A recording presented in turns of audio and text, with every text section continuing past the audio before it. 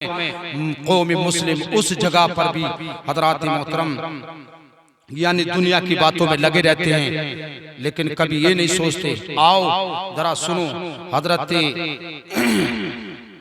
उमर बिन अब्दुल अजीज रहमतुल्लाहि ताला अलैहि जब अपने किसी करीबी अजीज के जनाजे के साथ कब्रिस्तान जाते थे, अल्लाहु अकबर, और नमाज जनाजा भी पढ़ते थे। आज तो मुसलमान हजरात मोहतरम नमाज जनाजा भी नहीं पढ़ते, हालांकि अगर कोई मरने वाला नेक है उसकी नमाज जनाजा में जो मुसलमान शरीक होते हैं, शिरकत फरमाते हैं, अल्लाह उस नेक बंदे की नमाज जनाजा में शिरकत करने की बरकत से पढ़ने वालों में अगर गुनाहगार होते हैं तो उस नेक बंदे की नमाज जनाजा पढ़ने के एवज सदक़े में अल्लाह तबारक व तआला पढ़ने वालों के गुनाहों को माफ फरमाता है। और अगर यानी मरने वाला गुनाहगार था, अल्लाहु अकबर, और पढ़ने वालों में अगर कोई भी एक बंदा अल्लाह का नेक बंदा है, नेक है, तो अल्लाह उसकी नमाज जनाजा पढ़ने की यानी जो पढ़ता है नेक बंदा, तो मरने वाले के गुनाहों को अल्लाह उस नेक बंदा जो उसकी नमाज जनाजा पढ़ता है, उस नेक बंदे की नमाज जनाजा में शिरकत करने की बरकत से मरने वाले की अल्लाह बख्शिश और मगफिरत। समझ रहे हैं? ये फायदा है जिंदों के लिए भी, मुर्दों के लिए भी, अपनों के लिए भी, जो हाजिर होते हैं उनके लिए भी दुआ की जाती है, जो हाजिर नहीं होते उनके लिए भी दुआ की जाती है। समझ रहे हैं? अगर कुछ याद नहीं है तो दो चीजें नमाज जनाजा में फर्ज है, खड़ा होना और तकबीर कहना, ये दो चीजें फर्ज है नमाज जनाजा में। कुछ याद नहीं है तो आप तकबीर कहते रहिए, खड़े रहिए, अगर फर्ज ये फरीजा अदा हो गया तो अल्लाह हाजिरी को कबूल फरमा ले। समझ रहे हैं? लेकिन पता नहीं, लोग जाने के बाद में कुछ मुड़ जाते हैं ईदगाह के मैदान की तरफ को, और कुछ रास्ते में खड़े हो जाते हैं। समझ रहे हैं? बड़ा अफसोस होता है, हाय कौम मुस्लिम हमें क्या हुआ। हमारी तो शान ये थी जब मुसलमानों के ईमान पुख्ता थे, अकीदे मजबूत थे, अल्लाहु अकबर, तो शहंशाह भी मुसलमान था, वजीर भी मुसलमान था, राजा भी। और जब एक अदालत में पहुंचने के बाद में जज की बारगाह में एक मुसलमान ये अरीजा पेश करता था, जज साहब, अदालत में बैठे हुए जज साहब से एक मुसलमान जब जाता था तो कहता था, जज साहब मेरी माँ नाबीना है, अंधी है, आप मुझे रिहा कर दें। मैं अपनी माँ को किसी और से खाना नहीं खिलवाता, बल्कि मैं अपने हाथों से अपनी अंधी माँ को मैं खुद खाना खिलाता हूँ। तो कुर्सी पर बैठकर जज अगर होता, कुर्सी पर बैठकर मुसलमान की जब ये फरियाद सुनता तो कुर्सी से ये फैसला देता, इस मुसलमान को हमने रिहा कर दिया है, जा और जाने के बाद में अपनी नाबीना माँ को, अपनी अंधी माँ को अपने हाथों से खाना खिला। जब तू अपनी माँ को अपने हाथों से रोटी का लुकमा खिलाएगा, तेरी माँ शिकम शहर होकर तेरे लिए किसी दुनियादार से नहीं बल्कि रब की बारगाह में तेरे लिए दुआ करेगी। और जब माँ दुआ करती है तो अल्लाह तबारक व तआला माँ की दुआ हजरात मोहतरम खाली नहीं जाती, बल्कि माँ की दुआ रब तबारक व तआला अपनी बारगाह में कबूल फरमाता है। माँ के हाथ नीचे नहीं आते, बल्कि अल्लाह उसकी दुआ को कबूल फरमा लेता। लेकिन आज देख रहे हैं आप, माँ बाप को तो लोग इतनी गिरी नजर से, घटिया नजर से देखते हैं। हमने देखा, इसमें आप भी देखते हैं दुनिया में कि कोई कितना ही बड़ा अमीर क्यों ना हो, अगर 10 बेटे भी हैं तो बुढ़ापे की दहलीज पर अगर माँ बाप पहुंच जाते हैं तो 10 के घर नंबर लग रहा, 10 के घर नंबर लग रहा है। और अगर 1 महीने का 8 दिन का नंबर लगा हुआ 10 के घर, तो अगर 10 में 8 दिन के बाद में किसी के घर 9वें दिन बाप रह गया या माँ रह गई, तो सीधे मुंह से घर वाली रोटी नहीं देती है शाम को। क्यों? कि इनका नंबर तो उधर था, इधर क्यों आएगा, इधर से तो जाना चाहिए था। अल्लाहु अकबर। मैं अपनी माँ बहनों को, बेटियों को दावत देता हूँ, अगर बूढ़े माँ बाप, ज़ईफ माँ बाप एक वक्त खा लेते और तेरे लिए अगर दुआ के लिए हाथ उठा देते, और माँ बाप का दिल वो होता है कि अगर बेटे या बेटियां नाराज भी कर दे तो कभी माँ बाप का दिल, माँ बाप दिल से नाराज नहीं होते।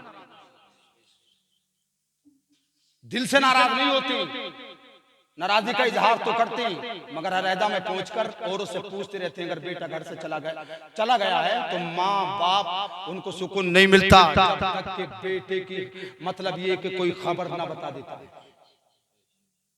लुगाई सोती रहती है रात के वक्त में, अगर बेटा आए तो दरवाजा खोलने के लिए बीवी नहीं उठेगी, अगर उठती है तो सबसे पहले माँ पहुंचती है, बाप पहुंचता है। अल्लाहू अकबर।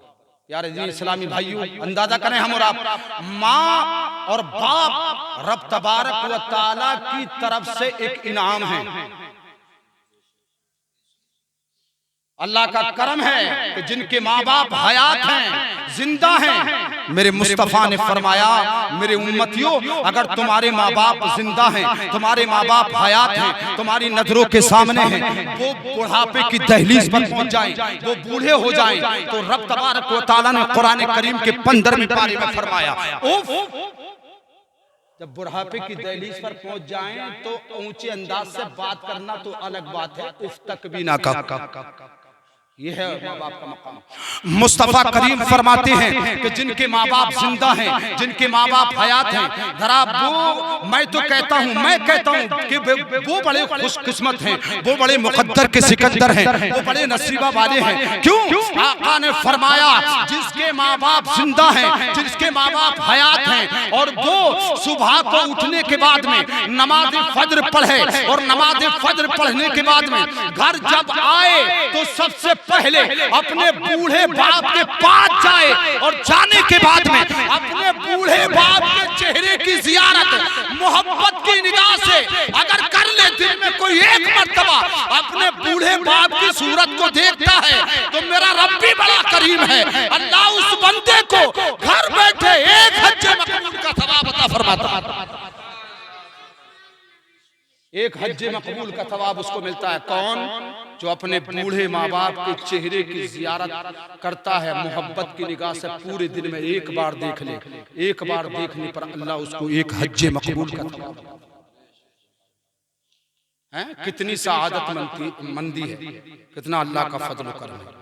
और आज समझ रहे हैं, ये हालत है आज के दौर में कि बूढ़े माँ बाप को खिलाने की तो अलग बात है, बाज के पास तो पैसे भी नहीं निकलते इलाज कराने के लिए। समझ रहे हैं, हम तो साफ कहते हैं हम किसी के बाप से नहीं डरते, खुदा और अल्लाह तबारक व तआला से डरना चाहिए। कुरान करीम में अल्लाह ने फरमाया है फला तखाफूहुम व खाफूनी इन कुंतुम मुमिनीन, अगर तुम मोमिन हो तो बंदों से मत डरो, अल्लाह से डरो। और जिसके दिल में खौफ खुदा होता है, अल्लाह का डर होता है, वो गलत काम भी नहीं करता है। समझ रहे? बाहर का ये हमारे बाहर से उलमा इकराम यहाँ पर तशरीफ फरमा है। मैं बहुत जल्द आपसे रुखसत हो रहा है, मैं जो एक जगह और भी हाजिरी देनी है। हजरत मोहतरम उमर बिन अब्दुल अजीज के लोगों ने पूछा, जब लोग नमाज जनाजा पढ़ने के बाद हजरत मैयत को लहद में उतारते, तो आज तो लोगों ने पता नहीं तरीका क्या बना लिया कि जिसे नहलाने का तरीका सही से याद नहीं हो, गुस्ल देने का तरीका मैयत को याद नहीं हो, उससे लोग देख रहे हैं कि यार वो आएगा वो। अरे मैंने कहा बाप बेटे को नहीं नहला सकता है? और बात जगह तो मैंने ऐसे देखा, हम भी ठेकेदार साहब के अगर मिला दिया बेटे ने और घर वाली को ये पता लग गया कि इन्होंने मिलाया है तो उसकी खैरियत नहीं है। कि कहीं ऐसा ना हो कि तुम्हें मलकुल मौत ना देख ले। अल्लाह क्या तरीका है? अरे जिस तरीके से हम आप गुस्ल करते हैं बस थोड़ा सा फर्क है, वही तरीका है मैयत को नहलाने का। कहीं आड़ की जगह में एहतमाम किया जाए मुर्दे को नहलाने के लिए। समझ रहे हैं? बहर का और बताएंगे तफसील से, फिर वक्त मिलेगा। हजरत उमर बिन अब्दुल अजीज सुनिए, अल्लाह अकबर रहमतुल्लाह अलैह, जब जाते थे कब्रिस्तान में नमाज जनाजा पढ़ने के बाद में लोग मैयत को कब्र में उतारते थे। और आज तो कब्र में उतारने के लिए भी नेता लोग उतरते, दाढ़ी वाला उतारने के लिए तैयार ही नहीं होता, वो उतरेंगे। और दफन में जो ज्यादा शिरकत कर रहे हैं ये नेता लोग कर रहे हैं, काय के चक्कर में। अरे बुरा मत मानिए यार, और अच्छी बात है करें, करना चाहिए, समझे। मगर जिस अंदाज से तुम इस मतलब ये कि मैयत के दफन के एहतमाम में आए हो, काश अगर किसी गरीब मुसलमान का काम बिगड़े तो मैं कहता हूं नेता को उसकी मदद करनी चाहिए।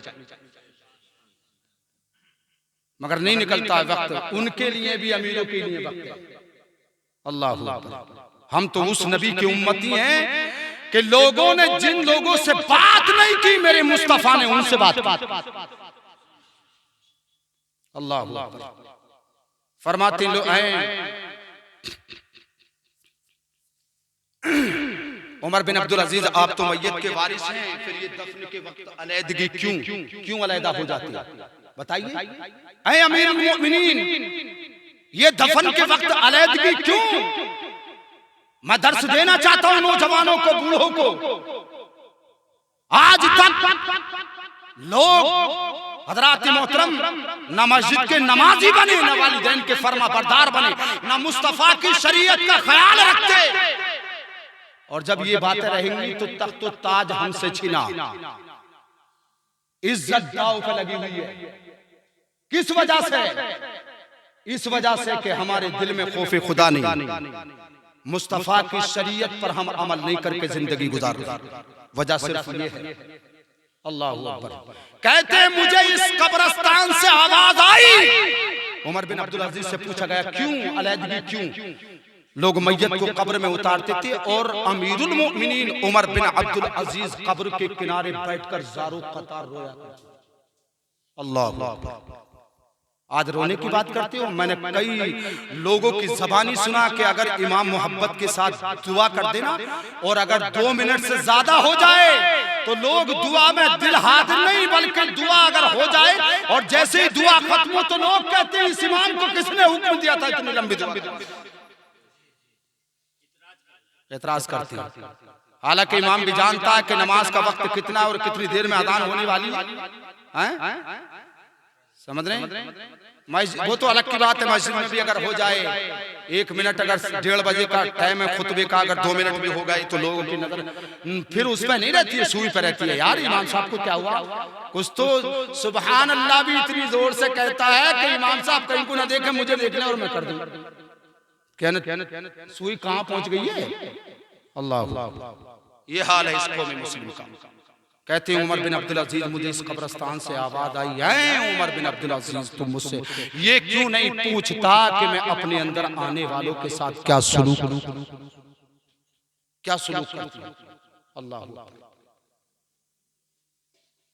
हजरत उमर बिन अब्दुल अजीज रहमतुल्लाह अलैह फरमाते हैं कब्र बता क्या सलूक करती है तू अपने मकीनों के साथ, अपने अंदर आने वालों के साथ क्या सलूक करती है? सुनो।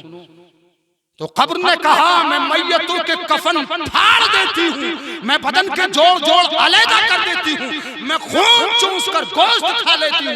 इतना सुना था उमर बिन अब्दुल अजीज फरमाते हैं मैं इसलिए कब्र के किनारे बैठकर रो रहा। अल्लाह। और फिर फरमाया लोगों ये दुनिया की जिंदगी बहुत थोड़ी है, इसका धोखा बहुत बड़ा है, इसका धोखा बहुत बड़ा है। अल्लाह अकबर। जो इस दुनिया में खुदा और रसूल की मर्जी के खिलाफ इज्जत हासिल करना चाहता है वो आखिरत में जलील ख्वार। जो गलत राह से दौलत जमा करता है वो आखिरत में फकीर। और इस दुनिया में रहने वाला नौजवान बहुत जल्द बूढ़ा होने और यहाँ जिंदा रहने वाला बहुत जल्द मरने वाला है। इसलिए उमर बिन अब्दुल अजीज कहते हैं लोगों ये कहीं तुम्हें भी धोखा। अल्लाह अकबर। कुल्लु नफ्सिन ज़ाइक़तुल मौत सुम्मा इलैना तुरजाऊन। हर जानदार चीज को मौत का जायका चखना है, हमें और आपको भी। और फिर रब की बारगाह में, रब की अदालत में हमें और आपको वापस पलटना है। अल्लाह मुझे भी आपको भी अपने हबीब के सदके मौत की बेहतरीन तैयारियां करने की तौफीक अता फरमाए। मोहब्बत के साथ मौत को याद किया करो। मेरे आका फरमाते हैं जो दिन रात में 20 मरतबा मोहब्बत के, अरे यार क्या करेंगे हम और आप तो दिन रात निकलते हैं कब्रिस्तान में। अल्लाह के रसूल ने फरमाया बस 5 मिनट के बाद 2 मिनट में खत्म इंशाल्लाह। मा राअयतु मंजरन क़त्तु वल क़ब्रु अफ़ज़अ मिन। अल्लाह के रसूल ने फरमाया क़ाल रसूलुल्लाह सल्लल्लाहु तआला अलैहि वसल्लम मा राअयतु मंजरन क़त्तु वल क़ब्रु अफ़ज़अ मिन। अल्लाह के रसूल ने फरमाया मैंने कोई मंजर कब्र से ज्यादा वहशतनाक नहीं देखा।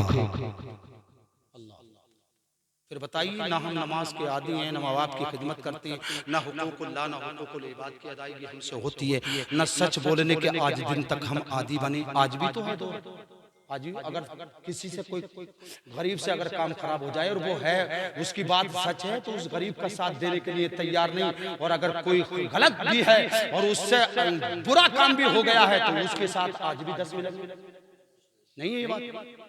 अल्लाह मुझे आपको हक कहने की, हक सुनने की, हक पे अमल करने की अल्लाह तौफीक अता फरमाए।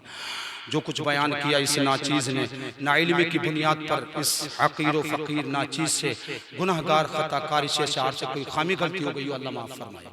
मुझे भी आपको भी अल्लाह अमल की तौफीक